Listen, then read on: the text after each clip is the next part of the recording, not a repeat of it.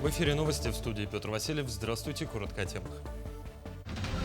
Первые ласточки с переправы Дыркалах начали курсировать паромы. Расскажем, как прошли пробные запуски. Строительство нового корпуса Республиканского дома-интерната для престарелых и инвалидов имени Решетникова завершено почти наполовину. Пристрой позволит разместить еще 200 человек, нуждающихся в постоянном уходе. Во всех школах России сегодня прозвенел последний звонок для выпускников. В Якутии в этом году окончили обучение более 23 тысяч учеников. С переправы Дыркалах начали курсировать паромы. Пробные запуски прошли успешно, но с задержкой. Тем не менее, сезон навигации официально открыт, и связь с заречными районами восстановилась. О том, какие нюансы предшествовали первому рейсу, расскажет Саргалана Неустроева.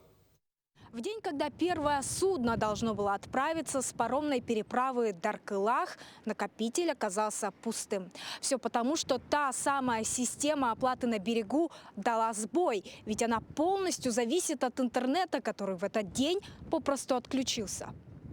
Сегодня возникла со стороны города Якутска проблематика в связи с отключением, временным отключением интернета в связи с аварией. В настоящее время со стороны города Якутска все технические службы связи работают и устраняют неполадки здесь, на месте, на паромной переправе. Также сотрудники банка тоже на местах, чтобы восстановить систему связи на посттерминалах. За это время к переправе выстроилась чуть ли не километровая очередь из желающих перебраться на тот берег. Впрочем, работа Дыркалаха уже к обеду была восстановлена. Первые ласточки полетели. Через паромы Якутии вышло на линии 6 паромов и соседи Ассоциации строителей АЯМ 3 парома. Тарифы на пассажиров остались прошлогодние, без изменений, 350 взрослый, 200 детский. Что касается грузовой транспорт, то подъем произошел там порядка 5%, значит легковой транспорт от 12 до 15% рост цен.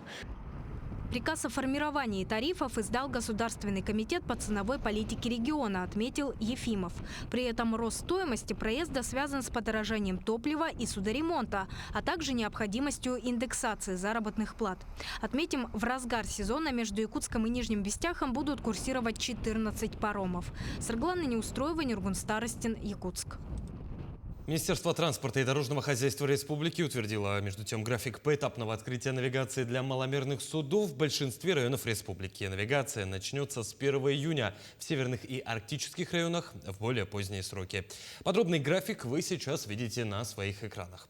В ведомстве напоминают, выход на акватории ранее установленных дат запрещен и может повлечь административную ответственность. Приказ при этом не распространяется на территориальные органы федеральных органов исполнительной власти, осуществляющих контрольно-надзорные мероприятия на водных объектах на территории Якутии. Между Якутском и Нижним Бестяхом запущены скоростные пассажирские катера. Из Якутска катера отправляются от станции Намыв, это 204-й микрорайон, прибывают в пункт ожидания в Нижнем Бестяхе. Как сообщили все в том же Минтрансе, на начальном этапе для стабильного пассажиропотока задействовано от 10 до 15 скоростных катеров. Стоимость проезда фиксированная – 500 рублей. Режим работы ежедневно с 7 утра до 8 вечера. Между тем, для борьбы с лесными пожарами начал работу специализированный самолет-зондировщик Ан-26 «Атмосфера» авиакомпании «Полярные авиалинии». «Атмосфера» выполнила рейс по усилению осадков в Усюмайском и Амгинском районах. Дожди вызывались, чтобы снизить класс пожарной опасности и не допустить распространения лесных пожаров, которые уже действуют в соседних Тампонском и Татинском районах. Вылет организовали по заявке службы спасения республики. К другим темам. Строительство нового корпуса Республиканского дома-интерната для престарелых и инвалидов имени Решетникова завершено почти наполовину. Пристрой позволит разместить еще 200 человек, нуждающихся в постоянном уходе. Для этого в здании создадут все условия. Широкие проемы для колясок, столовые на каждом из 3 этажей и рекреационные зоны. Инженерные коммуникации проведены, сейчас рабочие занимаются отделкой, все согласно графику. Подрядчик сдаст готовый объект уже к концу следующего года. Стройготовность у нас 47%, 88 человек работает. Идем согласно графика. Выполняются работы по отделочным работам, фасадные работы, по инженерным работам именно по вентиляции, по электрике, по сантехнике. Ну и выполняется вот по фундаменту насосного станции, разворачиваем емкостя. В кругу своих — таково название акции, которая прошла в Алекминском центре занятости. Оно говорящее. В кругу своих проще решить вопросы, есть к кому обратиться, потому что свои. В рамках акции в центре прошло знакомство работников отдела кадров с рядом новых пунктов в законодательстве. Также желающие могли ознакомиться с имеющимися вакансиями по трудоустройству. Подробности у Елены Фаст. Поиск работы порой долгое занятие, и именно тут на помощь вовремя приходят работники центра занятости. В этом году мы трудоустроили, можно сказать, уже 5. 4 безработных и одного ищущего работника. Огромная работа по трудоустройству проведена не только для участников СВО, но и для людей с группой инвалидности. Им очень сложно найти работу. Было коммерческое предложение с Транснефть по квоте принять инвалида. И мы приняли. Они, значит, по соглашению приняли нашего инвалида 2-й группы, реабилитационный центр Алекминского района, спортинструктором. За время, пока шел круглый стол, несколько событий. Буквально на глазах трудоустроился еще один ветеран СВО. Недавно, меньше месяца назад. Получили какие-то предложения? Да, в ЦРБ охранника. Это вы сегодня подошли? Да. А еще с отличным результатом вернулись с выезда руководитель и инспектор центра. Еще одному парню получилось помочь. Вот. Измайлова Евгения сегодня мы трудоустроили на работу, провели профориентационную работу. Вот отдел кадров, а это товаровед.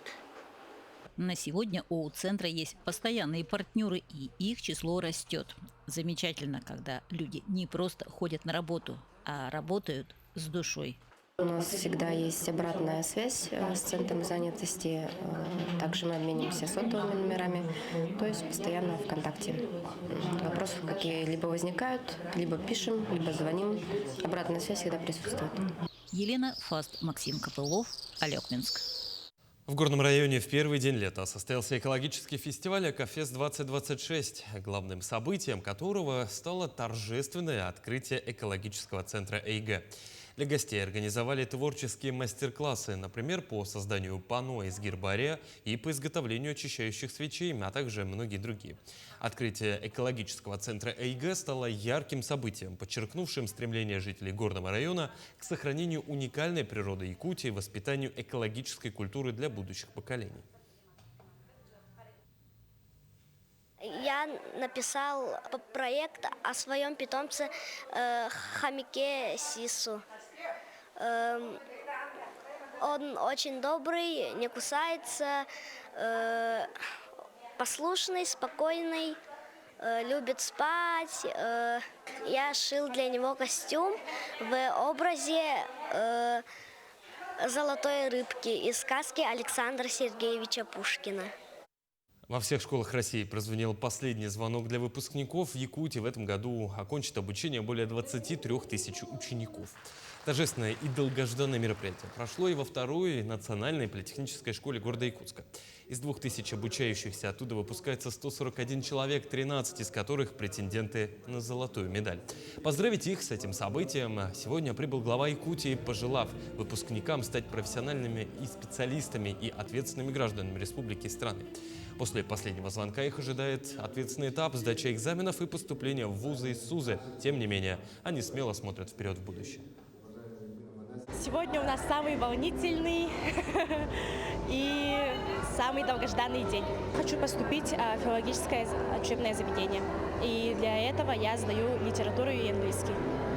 В дальнейшем хочу стать переводчиком либо бортпроводницей. Хотела бы пожелать своим одноклассникам удачи в экзаменах и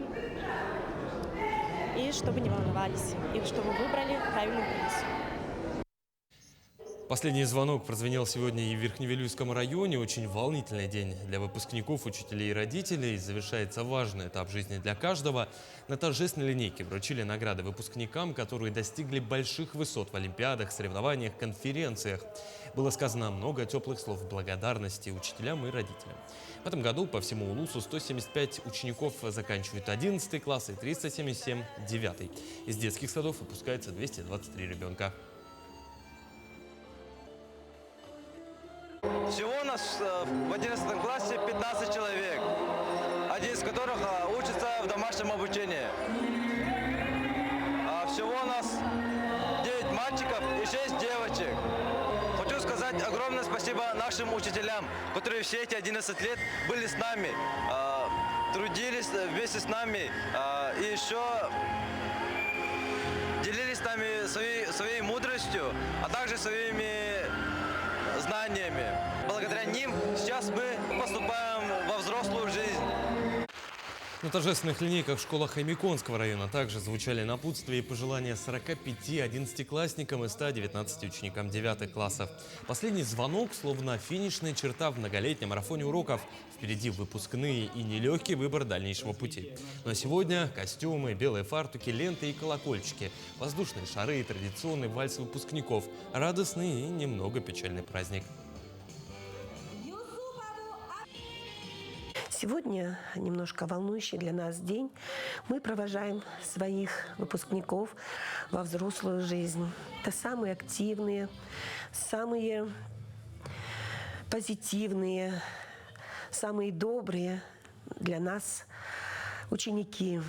Очень больно расставаться с ними, потому что каждый год, выпуская учеников, мы выпускаем частичку себя. Доброго им пути, счастья и, самое главное, успехов во всех начинаниях. И ждем их в своей Усть-Нере. В Национальной библиотеке Якутии состоялась встреча с участницами творческого объединения «Юктел», которое уже 10 лет занимается сохранением и развитием национального шитья. Сегодня в объединении состоят более сотни мастериц. Они работают над возрождением традиционной одежды, внедряют современные технологии в национальные костюмы, представляют Якутию на российских и международных выставках.